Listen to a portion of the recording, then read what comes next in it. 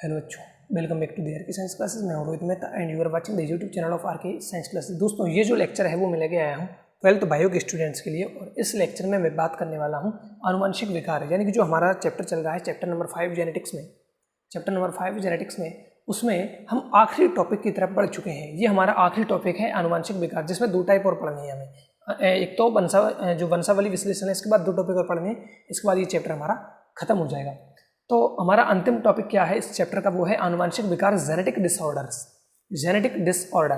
इसमें देखिए, सबसे पहले मैं बात करूंगा एक तो वंशावली विश्लेषण की, इसके बाद हम बात करेंगे क्रोमोसोमल जो डिजीज हैं, क्रोमोसोमल विकार उनकी, और तीसरी बात करेंगे मेंडलीय विकार। तो ये तीन टॉपिक और शेष बचे हैं। सबसे पहले मैं ला रहा हूँ कि इसको वंशावली विश्लेषण, इसको पेडिग्री एनालिसिस कहते हैं। क्या है ये, यहाँ पर थोड़ा समझना बहुत जरूरी है इसको, क्या है ये। तो वंशावली विश्लेषण, देखिए सबसे पहली परिभाषा कि अनेक पीढ़ियों तक किसी विशेष लक्षण की वंशागति का विश्लेषण करना। अनेक पीढ़ियों तक किसी विशेष लक्षण की वंशागति का विश्लेषण करना ही क्या है, वंशावली विश्लेषण है। अनेक पीढ़ियों तक यानी बहुत सारी, F1, F2, F3, F4, कितनी भी पीढ़ियों तक क्या करना है, किसी विशेष लक्षण की वंशागति, कोई विशेष लक्षण जा रहा है या नहीं जा रहा, प्रकट हो रहा है या नहीं हो रहा, इसका विश्लेषण करना ही क्या कहलाता है, वंशावली विश्लेषण कहलाता है। जैसे कि अब इंसान के बारे में बात करेंगे हम, तो देखिए ये चिन्ह, जो अभी चिन्ह की बात करेंगे हम आगे, ये चिन्ह प्रयुक्त जो किया जाएगा ये नर के लिए प्रयुक्त किया जाता है, और ये जो राउंड चिन्ह है, गोला है ना, जो वृत्त है, ये किसके लिए, मादा के लिए प्रयुक्त किया जाता है। और इनके द्वारा जो बनने वाली संततियां हुई उनमें क्या होगा, जैसे कि मान लो ये बनी और दूसरी ये बनी, है ना, ऐसे चिन्हों द्वारा इसमें प्रयुक्त किया जाएगा। इसका मतलब है ये मादा है, इसका मतलब है ये नर है, और ये मैंने इधर से लाइन से लिखे हैं, तो इसका मतलब पहली इनकी जो संतति होगी वो मादा होगी, यानी कि बालिका होगी, और दूसरी इनकी जो संतान होगी वो बालक होगा। ये जनक हैं और ये संतान है। सबसे पहली संतान कौन सी होगी, मादा होगी, और दूसरी संतान नर होगी। ये इस प्रकार से हम, अब देखिए अनेक पीढ़ियों तक ऐसा अध्ययन किया जा सकता है, और किसी विशेष लक्षण की वंशागति का विश्लेषण किया जाता है, तो इसको कहेंगे हम वंशावली विश्लेषण। ऐसे आगे चित्र बनते चलेंगे, जैसा कि आपने बुक में देखा होगा।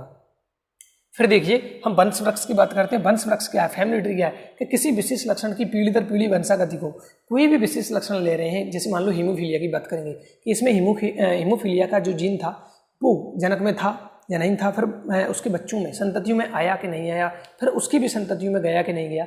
तो किसी विशेष लक्षण की पीढ़ी दर पीढ़ी वंशागति को वंश वृक्ष कहते हैं। तो ये क्या है, वंश वृक्ष है।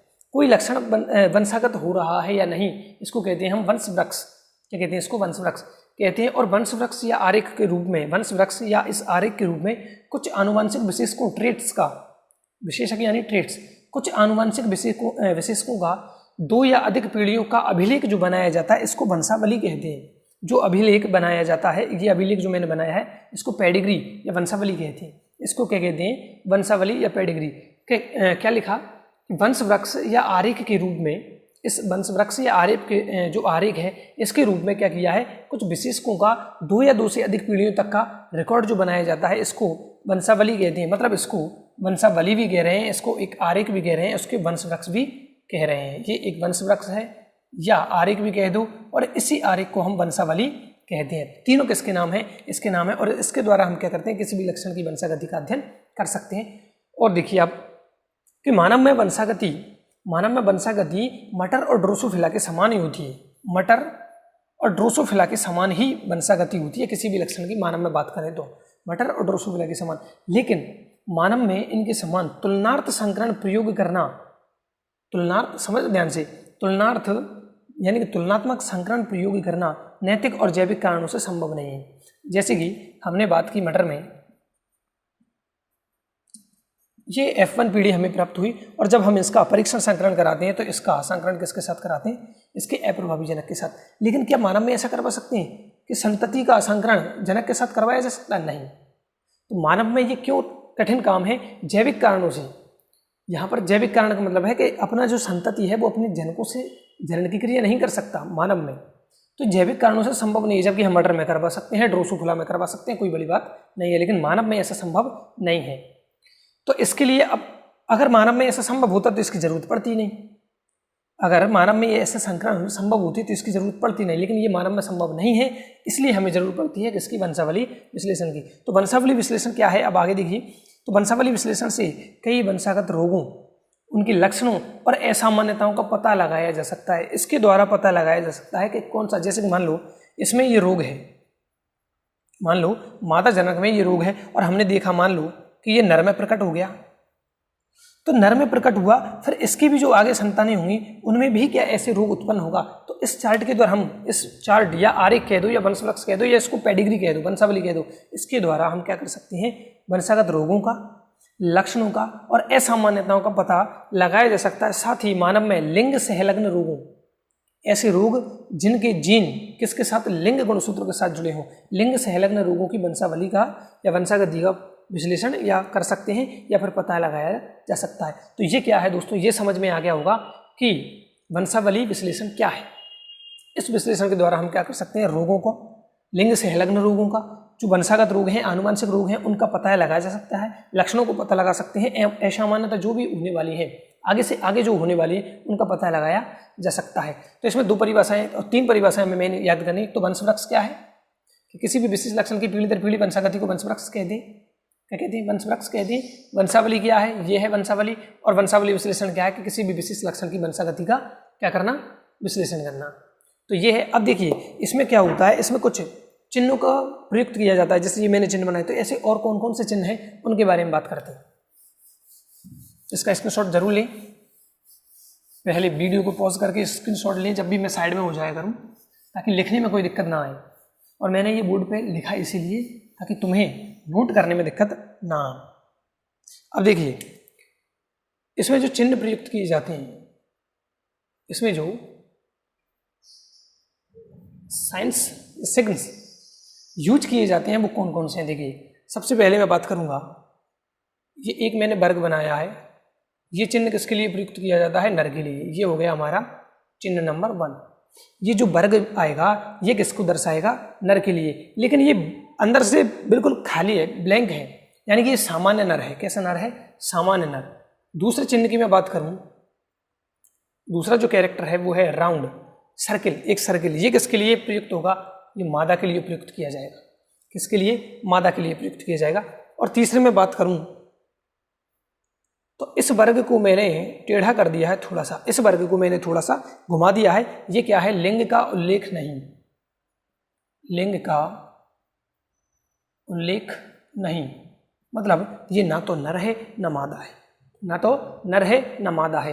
यानी कि इन दोनों के जन्म से ऐसी भी संतति उत्पन्न हो सकती है जिसके लिंग का कोई उल्लेख नहीं होता। तो इसके लिए हम क्या प्रयुक्त करेंगे, ये वाला चिन्ह प्रयुक्त करेंगे। इसके बाद में अगर बात करूं, इन तीनों को ही मैं अंदर से भर दूं, बिल्कुल भर दूं। जैसे 1 वर्ग को भी भर, राउंड को, सर्किल को भी भर सकते हैं और हम इसको भी भर सकते हैं। ये लीजिए मैंने तीनों को भर दिया। इसका मतलब देखो तीनों ये तो कैसे हैं, सामान्य हैं, इनमें किसी प्रकार का कोई रोग या रोग का जीन या लक्षण नहीं है। नर सामान्य, कोई रोग नहीं, मादा सामान्य, इसको भी कोई रोग नहीं, और जिसका लिंग का उल्लेख नहीं है उसको भी किसी प्रकार का रोग नहीं है। लेकिन ये तीनों ही क्या दर्शा रहे हैं, तीनों ही दर्शा रहे हैं कि ये प्रभावित व्यक्ति हैं, रोगग्रस्त व्यक्ति हैं, प्रभावित व्यक्ति है। ये एनसीईआरटी की ही है भाई, एनसीईआरटी से ही लाया हूँ, है ना। ये तीनों क्या है, प्रभावित व्यक्ति हैं। यानी कि इसकी मैं बात करूं तो ये प्रभावित नर है, यानी कि इसको रोग है, रोगी नर, इसको क्या कहेंगे, रोगी मादा कहेंगे, और इसको रोगी ट्रांसजेंडर कहेंगे, ट्रांसजेंडर, क्योंकि लिंग का उल्लेख नहीं है। 5वें में बात करूं तो 5वें आता है, जैसे ये एक नर है और ये एक मादा है और दोनों ही ब्लैंक हैं, दोनों ही खाली हैं। इसका मतलब ये सामान्य है। और मैं इनके बीच एक लाइन दर्शाऊं, एक लाइन इनके बीच लगा देता हूं, तो इसका मतलब ये क्या है, इनके बीच क्या हो रहा है, इनके मध्य मैथुन, कॉपुलेशन की क्रिया हो रही है, या फिर मतलब कोई अंग्रेजी कोई दिक्कत नहीं है, मैथुन की क्रिया हो रही है। क्या हो रही है, मैथुन की क्रिया, क्योंकि एक नर और मादा के बीच में क्या होगी, मैथुन की क्रिया, तभी इनसे क्या प्राप्त होंगी, संततियां प्राप्त होंगी। 6ठे में बात करें, जब मैं इसी चिन्ह, ये दोनों चिन्हों के साथ 2 लाइन खींच दूं, क्या खींच दूं, 2 लाइन खींच दूं इन दोनों के साथ, तो इसका मतलब है रिश्तेदारों के मध्य, यहां पर दिखाई दे रहा होगा, हाँ, इसका मतलब है रिश्तेदारों के मध्य मैथुन। इसका मतलब क्या है? रिश्तेदारों के मध्य मैथुन। और रिश्तेदारों के मध्य मैथुन को समरक्त मैथुन भी कहा जाता है। समरक्त मैथुन, क्योंकि एक ही परिवार के है ये। तो रिश्तेदारों के मध्य मैथुन, तो देखिए सामान्य नर, सामान्य मादा, लिंग का उल्लेख नहीं, तीनों जो प्रभावित व्यक्ति हैं। एक तीर अगर आपको नजर आए, एक तीर नहीं सॉरी, एक लाइन अगर आपको नजर आती है तो इसका मतलब है दोनों के बीच क्या हो रहा है? मैथुन की क्रिया हो रही है। और ये नर है, ये मादा है। और अगर नर और मादा के बीच में दो लाइन आपको नजर आए, दो लाइन नजर आए, तो इसका मतलब है रिश्तेदारों के मध्य मैथुन क्रिया हो रही है। और इस मैथुन क्रिया को समरक्त मैथुन भी कहते हैं। ये हो गई हमारे पास कुछ पॉइंट। इसके बाद छठे के बाद हम सातवें पर चलते हैं। जैसे कि ये हमारे पास एक नर है और ये हमारे पास क्या है? एक मादा है, और दोनों एक लाइन से जुड़े हुए हैं। इसका मतलब क्या है कि इनके मध्य क्या हो रहा है? मैथुन क्रिया हो रही है। अब देखिए मैथुन क्रिया के बाद क्या होगा? यहाँ पर संततियाँ प्राप्त होंगी। क्या प्राप्त होंगी? संततियाँ प्राप्त होंगी। और अगर मैं कह दूँ पहला सर्किल बनाया है मैंने पहला, और दूसरा मैंने बना दिया स्क्वायर, वर्ग, तो इसका मतलब क्या है कि इन दोनों, ये तो दोनों कौन होंगे? ये तो दोनों होंगे जनक, और ये दोनों कौन होंगे? संततियां। ये दोनों कौन होंगे? ऊपर वाले जो हैं दोनों प्राणी वो जनक हैं, और नीचे वाले जो दोनों प्राणी हैं वो संततियां हैं। अब देखिए एक लाइन का मतलब हमने क्या कह दिया? नर और मादा यानी कि जनकों के बीच क्या हुई? मैथुन क्रिया हुई। और मैथुन क्रिया के बाद संततियां बनी, और संततियों में पहली संतति देखो मादा है और दूसरी संतति क्या है? नर है। यहाँ तक क्लियर। ये जहाँ पर चिन्ह दिख जाए, अगर मैं देखो इसकी जगह क्या बना देता? डिब्बा, और ये सर्किल बना देता, तो पहली संतति कौन होती? नर होता, और दूसरी संतति मादा होती। लेकिन मैंने पहले किसको बनाया? किसी को भी बना सकते हैं, ये कोई दिक्कत वाली बात नहीं है। पहले मैंने अगर राउंड बनाया है, सर्किल बनाया है, तो इसका मतलब पहली संतति कौन होगी? इसकी मादा होगी। और जबकि दूसरी संतति मैंने यहाँ पर कौन बनाई है? नर बनाई है। ये भी तो आ सकते हैं, यानी कि दोनों ही संतति मादा हो, या फिर दोनों ही संतति क्या हो जाए? नर हो सकते हैं। कुछ भी हो सकता है, लेकिन दोनों को एक साथ दर्शाना जरूरी है। इसका मतलब हमें क्या समझे कि संततियां बाएं से दाएं ही देखी जानी है। संततियों को किधर से किधर देखना है? बाएं से दाएं की साइड ही देखना है। बाएं से मतलब पहली मादा है, दूसरी नर है। इसके बाद हम बात करते हैं इसी प्रकार से आठवां। जैसे कि मान लो ये एक नर, इसकी मैथुन क्रिया, इसका मैथुन क्रिया किसके साथ करवाई? मादा के साथ। नर और मादा के मध्य मैथुन क्रिया से मान लो एक ही प्राणी प्राप्त हुआ और वो नर है। एक ही प्राणी प्राप्त हुआ और वो नर है। और अगर ये मैंने ब्लैंक की जगह भर दिया, डार्क कर दिया इसको, तो इसका मतलब हम समझ गए कि इन दोनों सामान्य नरों या सामान्य जनकों से, इन दोनों सामान्य जनकों से, यहाँ पर इसका मतलब क्या है? प्रभावित व्यक्ति, और प्रभावित व्यक्ति में कौन है? नर है। तो इन दोनों जनकों से, ये तो कौन होंगे? जनक होंगे। और ये कौन प्राप्त हुआ? प्रभावित नर, यानी कि ये नर रोगी होगा। ये नर क्या होगा? रोगी होगा। दोनों में, जनकों में किसी में भी लक्षण नहीं है, लेकिन संतति में, यहाँ पर नर जो संतति है उसमें ये लक्षण प्रकट हो गया, तो इसको क्या कहेंगे? प्रभावित नर कहेंगे। क्या कहेंगे? प्रभावित नर। और लास्ट पॉइंट जो दिया हुआ है वो है हमारे पास इस डिब्बे में ऐसे 5 लिखा हुआ है। क्या लिखा हुआ है? 5। अब इस टेढ़े स्क्वायर का मतलब है लिंग का उल्लेख नहीं, लेकिन यहाँ पर क्या है? 5 अगर लिखा हुआ है तो ये है 5 प्रभावहीन या प्रभाव रहित संतानें। 5 प्रभावहीन संतानें, 5 प्रभावहीन संतानें। मतलब अगर ऐसा ब्लैंक आए तो लिंग का उल्लेख नहीं है, कोई लिंग फिक्स नहीं है, लेकिन अगर उसके बीच में संख्या लिखा हुआ है तो उसका मतलब है वो प्रभावहीन संतानें। कोई प्रभाव नजर नहीं आएगा, कोई प्रभाव नजर नहीं आएगा। तो ये 9 पॉइंट हैं। 9 जो चिन्ह है इनका यूज किया जाता है किसको बनाने में? वंशावली विश्लेषण को बनाने में, पेडिग्री एनालिसिस करने में काम आते हैं 9। इसके अलावा भी और भी होते हैं, लेकिन वो एनसीईआरटी में गिवन नहीं है, इसलिए मैं इस वीडियो में भी नहीं बताऊंगा। अगर हमारा मेन फोकस कहाँ है? एनसीईआरटी। अगर एनसीईआरटी में वो चीज़ें होती तो मैं उनको भी यहाँ पर लेके आता। तो ये हो गया हमारा आज का टॉपिक, जो है आनुवंशिक विकार में पहली हेडिंग वंशावली विश्लेषण। वंशावली विश्लेषण एक बार फिर से समझ लीजिए। अगर आपको एक स्क्वायर नजर आता है जो कि अंदर से ब्लैंक है तो इसका मतलब ये नर है। अगर एक सर्किल नजर आता है, वृत्त नजर आता है तो ये मादा है। अगर एक तिरछा वर्ग, तिरछा स्क्वायर नजर आ रहा है तो ये लिंग का उल्लेख नहीं है।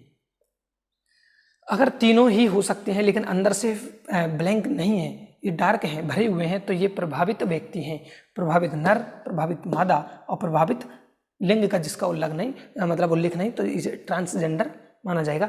इसका मतलब एक लाइन का मतलब है दोनों के मध्य क्या हो रहा है, मैथुन हो रहा है। दो लाइन खिंच गई तो इसका मतलब है रिश्तेदारों के मध्य मैथुन कर दिया, यानी कि इसको समरक्त मैथुन भी कहते हैं। ये जनक हैं और इनसे बनने वाली संतति हैं, बाएं से दाएं देखनी है तुम्हें। इनकी पहली संतान मादा है और दूसरी संतान नर है। दोनों जनकों के बीच में कभी कभी ऐसा हो जाता है कि दोनों प्रभावहीन संतानें हैं, जनक हैं, लेकिन इनके द्वारा जब मैथुन क्रिया होगी तो इनसे प्रभावित नर भी बन सकता है, प्रभावित मादा भी बन सकती है, कुछ भी बन सकता है ना। उसको वंशावली में देखेंगे अपन आगे। और ये क्या है, 5 प्रभावित संतानें अगर संख्या मिल जाए अंदर, तो ये हो गया हमारा कौन, वंशावली विकार में सबसे पहला वंशावली विश्लेषण। अब हम दूसरी हेडिंग की बात करेंगे अगले लेक्चर में, जो है मेंडलीय विकार। क्या है मेंडलीय विकार, उसकी बात करेंगे अगले लेक्चर में।